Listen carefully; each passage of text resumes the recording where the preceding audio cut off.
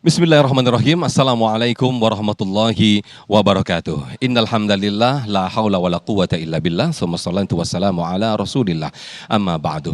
Puja dan puji syukur kehadirat Allah, pemirsa. Senang sekali kita dipertemukan kembali dalam Majelis Ilmu Damai Indonesiaku yang pada kesempatan siang hari ini kita bersiaran langsung dari Masjid Jami Nurul Amal, tepatnya di Jalan Martel Jatinegara Cakung, Jakarta Timur. Nah, siang hari ini menarik apa yang menjadi pembahasan kita dan ini sangat relate atau dekat sekali dengan kehidupan kita, yaitu bagaimana hubungan antara menantu dan mertua.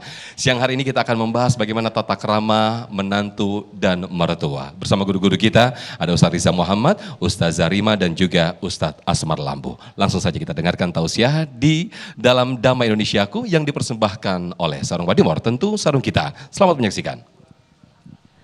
Assalamualaikum warahmatullahi wabarakatuh.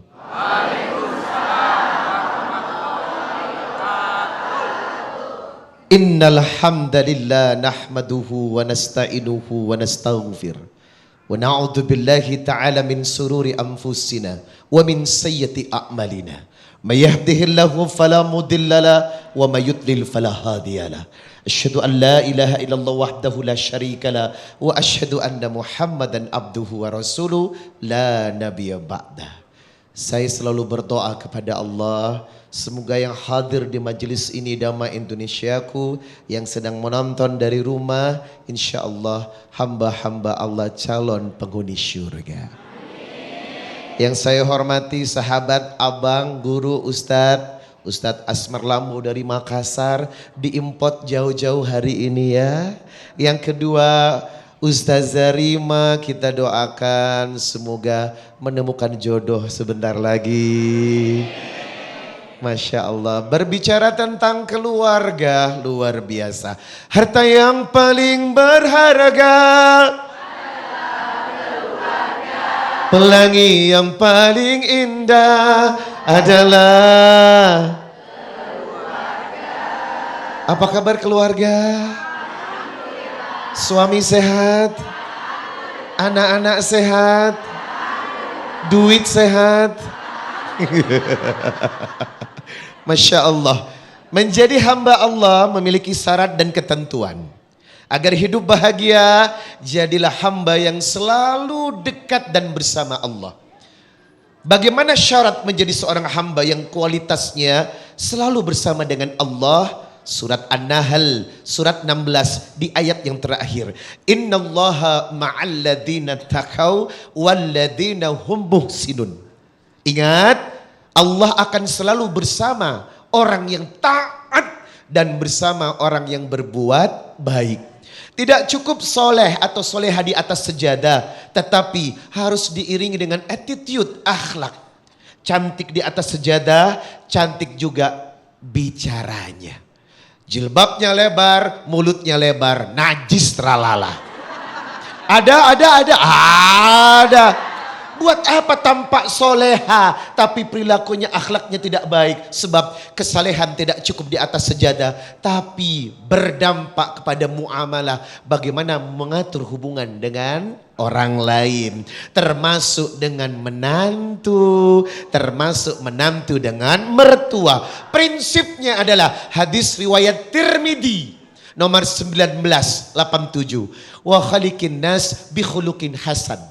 Berakhlaklah kepada setiap manusia dengan khuluqin hasan, akhlak yang baik. Kunci pergaulan adalah akhlakul karimah. Apa itu akhlak? Ahsan, cantik, baik, sabar, lembut, memaafkan, tidak dendam, menghargai, mencintai, menghormati. Kalau semua konsep ini ada dalam kehidupan kita, insya Allah semua akan baik-baik saja. Surat Al-Baqarah ayat 82, 83, wa qulu linnasi husna. Berkatalah dengan kalimat yang baik, kaulan karimah. Siapa sih orang yang gak suka kalau punya saudara atau teman cara ngomongnya enak? Ibu suka dicaci atau dimengerti? Dimengerti. Paling seneng ngeliat orang yang kerjaannya cuman mau menang sendiri, ngebully dan mencaci. Jelas itu tidak enak. Lalu bagaimana konteks dalam hubungan keluarga? Mananya dulu yang mau dibahas nih? Menantunya dulu apa mertuanya dulu? Hah? Alah menantu dulu lah, ya enggak? Bagaimana tata krama menantu kepada mertuanya? Yang pertama adalah mencintai mertuanya seperti orang tua kandung. Itu penting. Selama ini memang menantu wajib untuk berbakti kepada orang tua. Walaupun tidak wajib untuk berbakti kepada mertua, tetapi memuliakan mertua sama saja ia taat kepada suaminya sebab menghargai suaminya.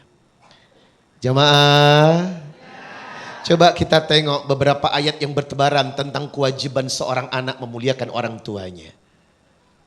Surat Luqman ayat 14. Wa wassaynal insana biwalidayhi, berbuat baiklah kepada kedua orang tuamu.